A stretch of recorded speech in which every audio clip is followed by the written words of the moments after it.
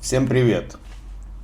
Многие из вас сталкиваются с тем, что в магазинах продается непонятно какая продукция, и вы, например, считаете, что не можете пройти мимо, как это со мной случалось, когда видите очевидную продажу некондиционной и просроченной продукции. Что вам делать в таком случае? Какие действия предпринимать, чтобы вывести магазин на чистую воду? Подчеркиваю, эти действия надо предпринимать. Желательно, чтобы у вас было несколько человек. И желательно, чтобы вы были максимально спокойны, потому что вас все будут вокруг провоцировать на скандал. А когда будет скандал, то с вами будут уже разговаривать по-другому. Запаситесь терпением, я расскажу свою историю, которая в реальности заняла около 6 часов от и до. Но эта история крайне поучительная, показывает много эпизодов юридических взаимодействий, и я вам рекомендую дослушать до конца. Потому что там будет не только защита прав потребителей, но много всего остального. Спойлер, в результате этой истории я победил. Да, подпишитесь на меня, поставьте лайк авансом, хотя бы за то, что я 6 часов в реальной жизни потратил на реализацию своих гражданских обязанностей и прав. И напишите свой комментарий, как бы вы поступили в моем случае. Еще раз говорю, история длинная, я постараюсь максимально коротко ее изложить, не упуская важные фрагменты.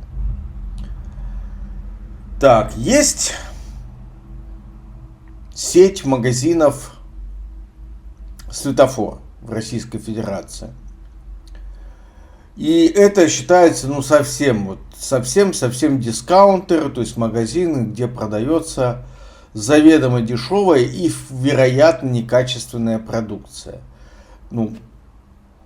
По крайней мере, у меня сложилось такое мнение, что это негласный договор. То есть мы вам продаем что-то подешевле, но вы понимаете, что это не топ-качество.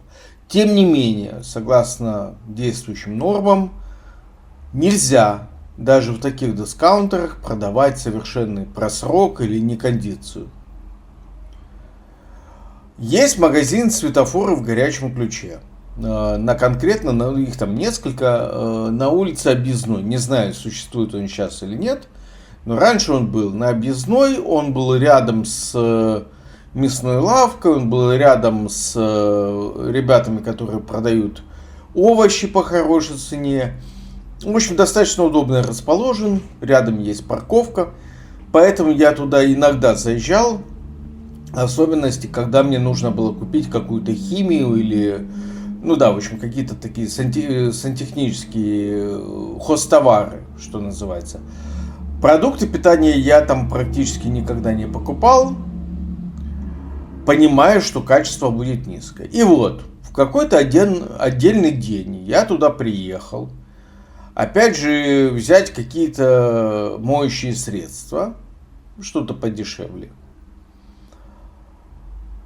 Первое, что я заметил, то есть я прошелся по магазину, я заметил, что не везде есть ценники. Ценник – это договор публичной оферты. То есть это, по сути, вам магазин предлагает приобрести товар на тех условиях, которые есть на полке, то есть с этим составом, с этим сроком годности, в этом месте по той цене, которая указана на ценнике.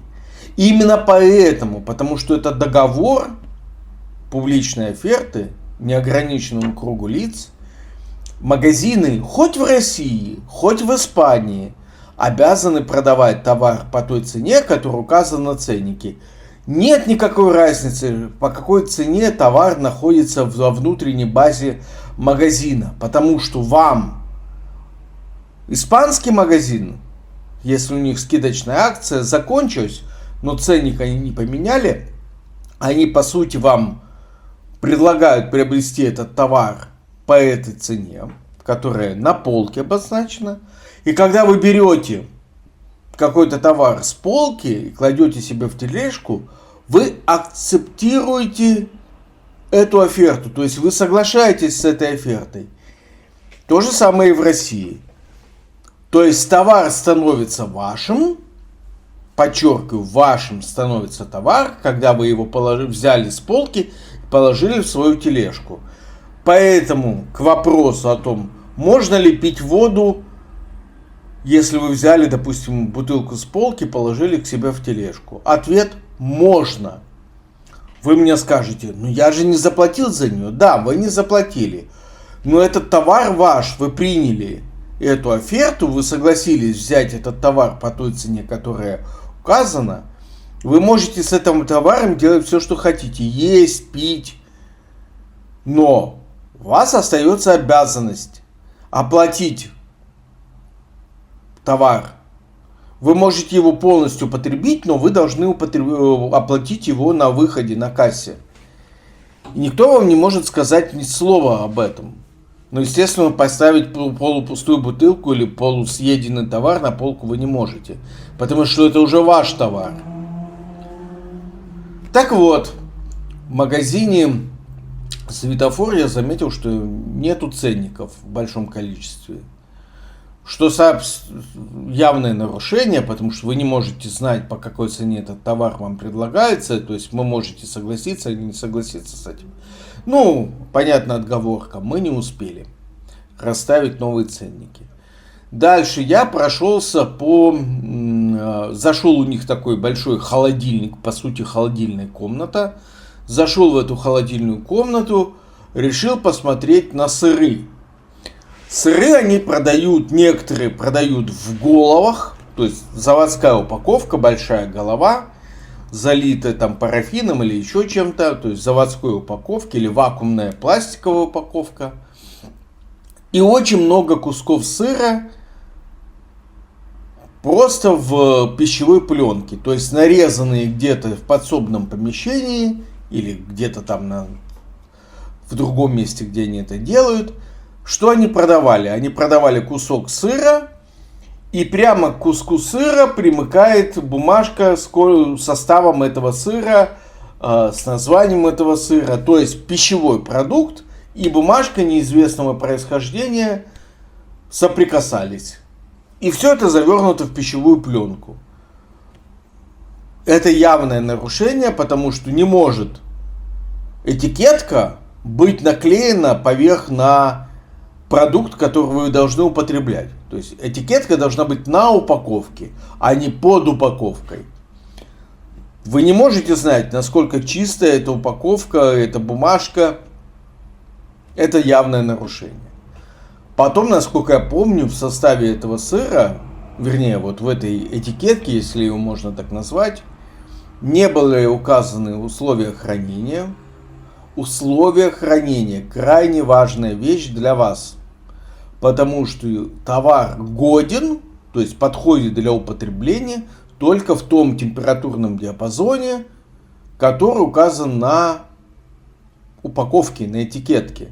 Допустим,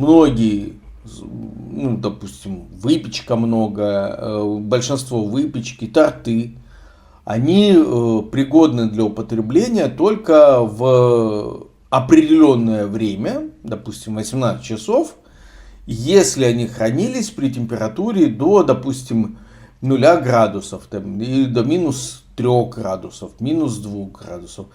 Именно по этой причине, допустим, в Испании запрещено продавать торты, которые не в холодильнике. То есть в холодильнике за счет жаркой погоды по всей стране продукты с всякими кремами хранятся в холодильнике. Да, здесь много продается выпечки, но вы будете удивлены, вся выпечка, которая делается в магазине или продается на полках, почти вся она имеет срок годности сутки.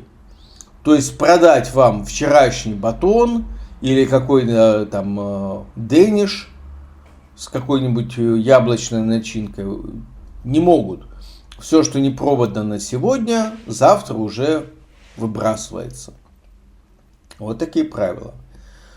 Соответственно, на этом сыре в магазине «Светофор» я не увидел условия, при каком диапазоне температуры должен храниться этот сыр. И сколько времени. То есть вообще ни слова не было сказано о том, сколько он по времени хранится, в каком температурном диапазоне. Я перебирал куски вот этого сыра. Просто, мне было интересно, на всех ли сырах отсутствует эта информация, которые нарезаны были где-то там и упакованы в пищевую пленку. И несколько кусков я видел не просто распакованные, а еще и погрызанные, с явными следами воздействия каких-то животных. То есть следы зубов, разодранная пищевая пленка и вот эти куски сыра в общей массе, знаете, как это в «Светофоре» бывает, такая вот большая сетка, и в нем много-много кусков набросано. И вот несколько кусков были явно погрызаны какими-то грызунами. Я дальше прошелся, посмотрел, продается фарш в таких вот больших тубах, тоже без маркировки. То есть заметил несколько других нарушений. И вежливо обратился к сотруднику магазина с просьбой позвать товароведа или заведующего магазина, директора. Ко мне подошел какая-то женщина, представилась товароведом, и подошел вместе с ней охранник.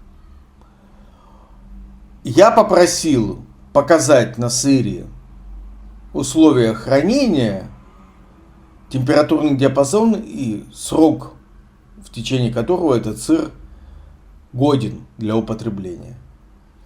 Товаровед начала сразу в атаку идти, типа, ты кто такой, какие у тебя полномочия, это спрашивают, вся информация есть на упаковке. И охранник начал меня выгонять. Типа, выходи из магазина, что ты мешаешь другим покупателям, что-то такое нес. Я был вежлив. Я записывал это все на диктофон, на всякий случай. Уже не первый раз я сталкивался с охраной. Дальше произошло следующее. Когда мне приказывают охранники что-то делать, я хочу убедиться, что этот человек имеет некие полномочия. Например, он является должностным лицом, охранником. Я попросил у этого охранника представить мне его служебное удостоверение. Вместо этого охранник схватил со стола нож для резки бумаги и набросился на меня, выталкивать начал меня и пытался вырвать у меня из рук одновременно телефон, на который я его начал записывать. Для своей безопасности. И оказывается, не зря. Значит, я удержал телефон в руках, вышел в фойе магазина, позвонил в полицию, сказал, что я подвергся нападению охраны и попросил вызвать сюда сотрудников полиции. Второе заявление, которое я сделал, я попросил, чтобы приехал участковый или представитель ИАЗа, то есть это отдел в полиции, который занимается исполнением административного законодательства. В случае обнаружения вот таких массовых нарушений, как я нашел в «Светофоре», по пищевым продуктам вашими вопросами должны заниматься либо участковый, либо следственная оперативная группа, если это касается особенно детского питания до 6 лет, потому что там предусмотрена административная ответственность, либо представители отдела по работе с исполнением административного законодательства, то есть ИАС. У меня было, соответственно, два повода обратиться в полицию. Нападение охранника и нарушение в самом магазине. Приехали сотрудники ППС. Я все это время находился в тамбуре магазина, не контактировал с охранником, не контактировал ни с кем из сотрудников магазина, ждал полицию. Приехали патрульно-постовая служба. Девушка, которая ко мне обратилась, одна из сотрудников ППС, отказалась представляться и предоставлять удостоверение для ознакомления. Она ко мне обратилась, и она обязана в этом случае была показать удостоверение. Начала что-то она находить какие-то причины со мной конфликтовать. Подошел другой сотрудник полиции, показал удостоверение, то есть конфликт был исчерпан, потому что другой сотрудник решил, что он обязан мне представиться. Я прочитал помните, диктофон у меня все время работал. Я прочитал вслух его удостоверение, что он, допустим, Иванов Иван Иванович, старший сержант патрульно-постовой службы, годен до, допустим, 25 мая 2025 года. Все прочитал с его удостоверения, чтобы на диктофоне это осталось, с кем я контактирую. Я сотруднику ППС объяснил, что охранник в ответ на мою просьбу представиться попытался вырвать у меня телефон из рук, на который я его записывал, и, соответственно, набросился на меня с ножом. Он спросил, сотрудник ППС, каким ножом. Я сказал, что в руках охранника был нож для чистки, для резки бумаги. Зачем охранник схватил в руки нож, я не знаю. Все равно это был нож. По закону это предмет, который мог быть использован как холодное оружие. Как оружие вообще, да? Они пошли разбираться, брать данные у охранника, составлять материал на охранника. А я дальше ждал, соответственно, приезда участкового. Зачем нужно было составить материал на охранника? Первое, по нападению должны разбираться сотрудники полиции, почему на меня напал охранник, пытался вырвать камеру. На камере запись сохранилась, как он на меня нападает. Второе, из материалов, поскольку охранник мне не представился, из материалов полиции, с которыми я потом ознакомился, я узнал, как зовут охранника и где, в какой охранной фирме он работает. Чтобы эти данные потом подать в заявление Росгвардии. Напомню, в России контролировать охранников обязаны сотрудники Росгвардии. И отказ представить мне к ознакомлению свое служебное удостоверение со стороны охранника — это нарушение, за которое наказывает охранную фирму и охранника представитель Росгвардии. Спойлер. Как потом выяснилось, этот сотрудник на выходе, охранник, не работал ни в какой охранной фирме. Поэтому у него и не было этого удостоверения. Понимаете? Охранник был сотрудником не охранной фирмы. Охранник был сотрудником магазина. Светофор. То есть он был, какой-то должности, типа грузчика или кого-то. И, естественно, он не мог ничего от меня требовать, потому что от вас же не может что-то требовать, допустим, грузчик или продавец. Например, вести себя там как-то по-другому. Вы же с таким не сталкивались? То есть он поэтому себя так повел агрессивно, потому что этот сотрудник, он знал, что он никакой не охранник, а просто обычный вахтер, который сидит на выходе, который контролирует, чтобы тележки не укатили, но ничего он от меня там требовать не мог. Но это я узнал потом. А так полиция занималась опросом этого человека, псевдоохранника.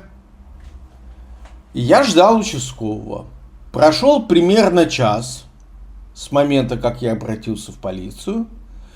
Приехал участковый уполномоченный Кисаев, я сейчас помню его фамилию. Он также обратился ко мне первый, потому что я ждал сотрудника полиции, и видно было по мне, что я кого-то жду. Он ко мне первый обратился, я в ответ на это вежливо попросил охранника, Кисаева, видишь, напророчил ему, что он будет охранником когда-нибудь. Попросил Кисаева представить удостоверение для ознакомления. У участкового аж затряслись руки. Я как сейчас помню, что у него аж руки затряслись, когда я его убедительно попросил, сказал, что вы по закону о полиции обязаны мне предоставить удостоверение для ознакомления, потому что вы первый ко мне обратились. У него руки тряслись. Когда он предоставил мне удостоверение, я с ним ознакомился. А дальше я ему коротко объяснил, что раз он участковый, ему нужно иметь с собой печать полиции, чтобы опечатать некондиционный товар, который я обнаружил, и передать на временное хранение этому же магазину до тех пор, пока к ним не обратятся сотрудники Роспотребнадзора. То есть, либо изымать весь сыр, а сыра там было много, где-то с десяток килограмм, вот так вот нарезанного и покусанного мышами несколько упаковок. И, соответственно, либо они забирают это все в отдел, эти 10 килограмм сыра, либо они опечатывают его и передают магазину на ответственное хранение, пока за этим сыром не придет Роспотребнадзор. Кисаев с таким не был знаком и не знал, что делать. Поэтому он, конечно, прошелся, я ему показал, какие есть нарушения. Этот покусанный мышами сыр показал в светофоре. Поведение сотрудников светофора резко поменялось, как только появились сотрудники полиции.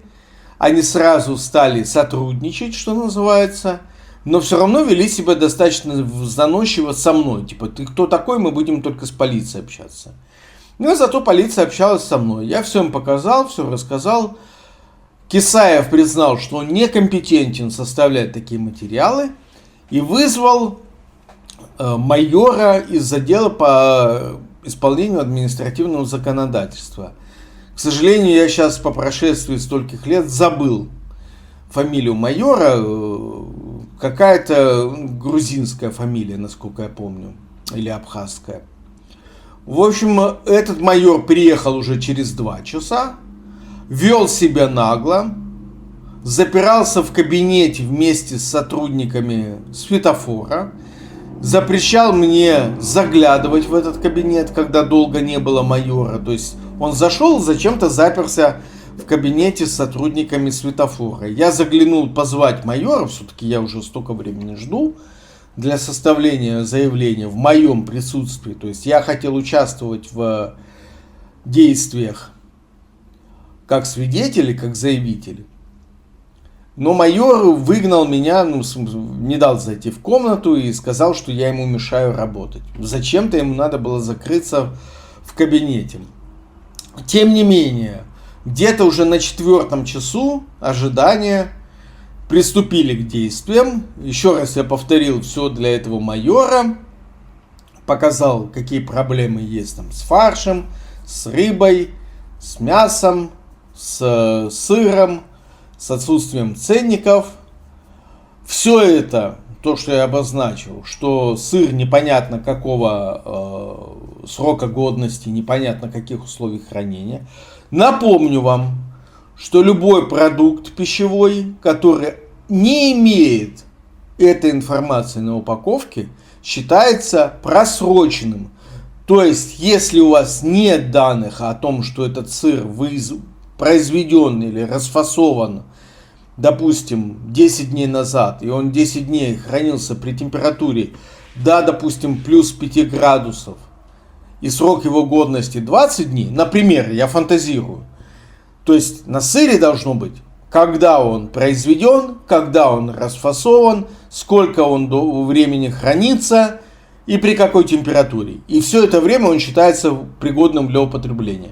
Если на сыре какой-то этой информации нет, например, написано условия хранения от минус 5 до плюс 5, например, годен в течение 20 дней, что, конечно, очень много для пищевой пленки, ну, допустим, в течение 2 суток, с момента чего? С момента расфасовки. Значит, должен быть момент расфасовки на этом товаре обозначен. Обязательно должен быть момент расфасовки, чтобы вы могли убедиться, что он расфасован был 2 дня назад, и все это время он считается годным. Если 3 дня назад, уже не годен, потому что он перележал. И дата производства должна быть. Если он в заводской упаковке, то дата расфасовки не нужна, потому что он в заводской упаковке, соответственно, хранится в этой упаковке. Если его нарезали на множество вот таких вот кусков и замотали в пищевую пленку, прислонив бумажку к товару, а эта бумажка могла на полу валяться, то, соответственно, этот сыр, даже если на нем все это обозначено, но он уже хранится не так, как должен, а должен он храниться без контакта с посторонними вещами, то есть с бумажкой, он уже негодный. Ну, в общем, этих сыров было много. Что сделал сотрудник ИАЗа, майор? Он собрал все эти сыры в большие пакеты, порядка 10 килограмм, перевязал, опечатал, поставил печать, там ездил в отдел за печатью, вернулся, поставил печать, все это передал по документам на временное хранение сотрудникам светофора. Почему на временное хранение? Потому что полицейский, даже если он из ИАЗа или участковый, они все равно передают эти материалы в Роспотребнадзор. И уже привлечением к ответственности занимается Роспотребнадзор. Полицейские в данном случае выполняют роль только рук.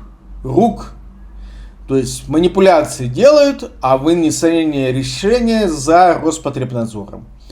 Ну и, соответственно, полицейский, когда обнаруживает, почему нужно еще весь этот сыр собрать, потому что нельзя продавать сыр, который упакован и продается с нарушениями. Значит, нужно прекратить преступление предполагаемое. Ну вот, все это в пакет упаковали, сложили в морозилку и ждет весь этот сыр, соответственно, Роспотребнадзора. Я все это время был в светофоре, контролировал действия полицейских. Поверьте мне, это крайне важно быть все это время. Потому что если сотрудник полиции допустил какое-то нарушение, ну, например, взял и пошел на поводу у сотрудников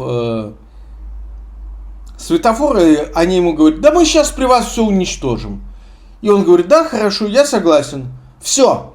Если будет уничтожен весь просроченный товар, например, не знаю, там, разожгли какую-то в бочке костер и покидали туда весь сыр, и он расплавился. Все. Уже Роспотребнадзор не сможет привлечь сотрудников магазина к ответственности как должностных лиц, потому что нету доказательств, понимаете, уничтожены. Поэтому, конечно, с одной стороны хорошо, когда уничтожают на большую сумму денег, но вы же прекрасно понимаете, что весь вот этот уничтоженный сыр потом раскидают по зарплатам сотрудников магазина и скажут: при вас поймали вас на нарушении, значит, вы его плохо скрывали, вам и зарплаты и оплачивать весь этот уничтоженный сыр или сырный продукт. Поэтому моя задача была привлечь к административной или уголовной ответственности должностных лиц и юридическое лицо. Для этого нужно было сохранить весь этот сыр и рыбу, и фарш в том виде, в котором я их нашел. Значит, нужно было проконтролировать действия сотрудников полиции.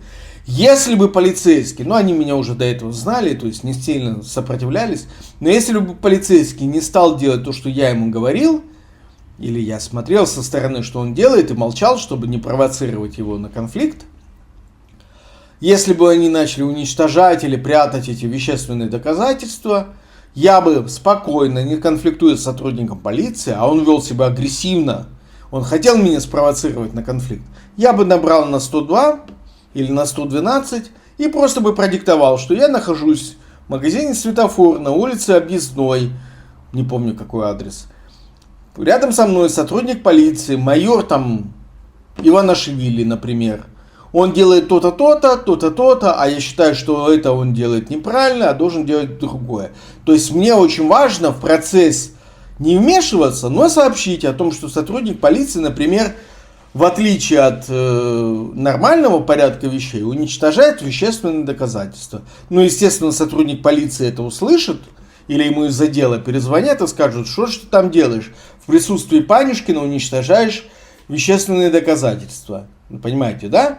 Но вам не надо прям хватать за руку сотрудника полиции или еще что-то делать. Не дай бог вам пришлют 19.3.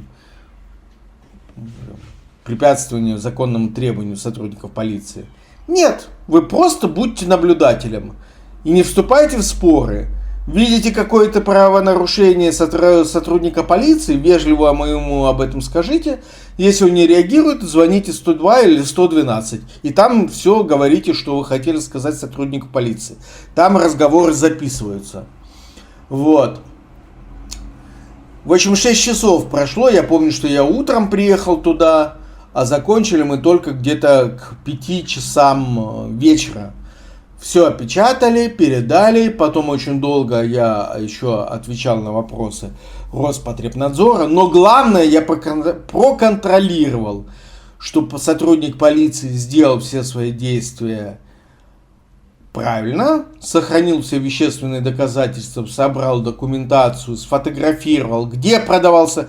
Очень важно, чтобы сотрудник полиции сфотографировал, что сыр действительно вот в таком виде продавался, а не лежал где-то на складе. То есть преступления совершали сотрудники светофора, продавая этот погрузанный мешами сыр.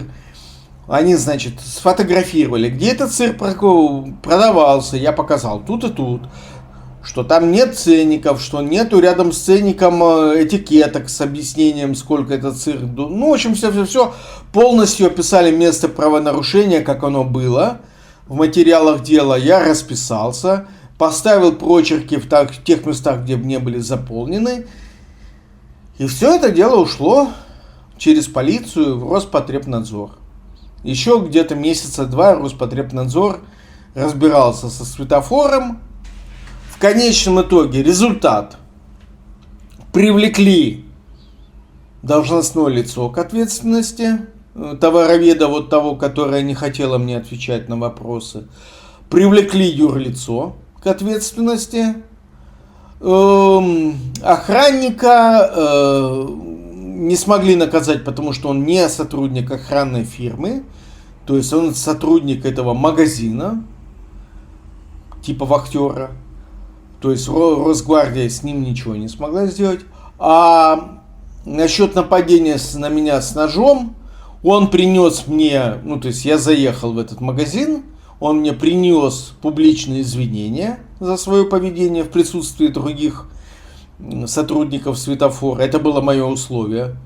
И я не стал издеваться над этим пенсионером, не стал его, ну скажем так, додавливать и привлекать к какой-то там административной или уголовной ответственности, ну потому что удара он мне не нанес этим ножом, то есть он держал этот нож для резки бумаги в руке, но не оперировал этим ножом как орудием, как холодным оружием. Ну, в общем, я проявил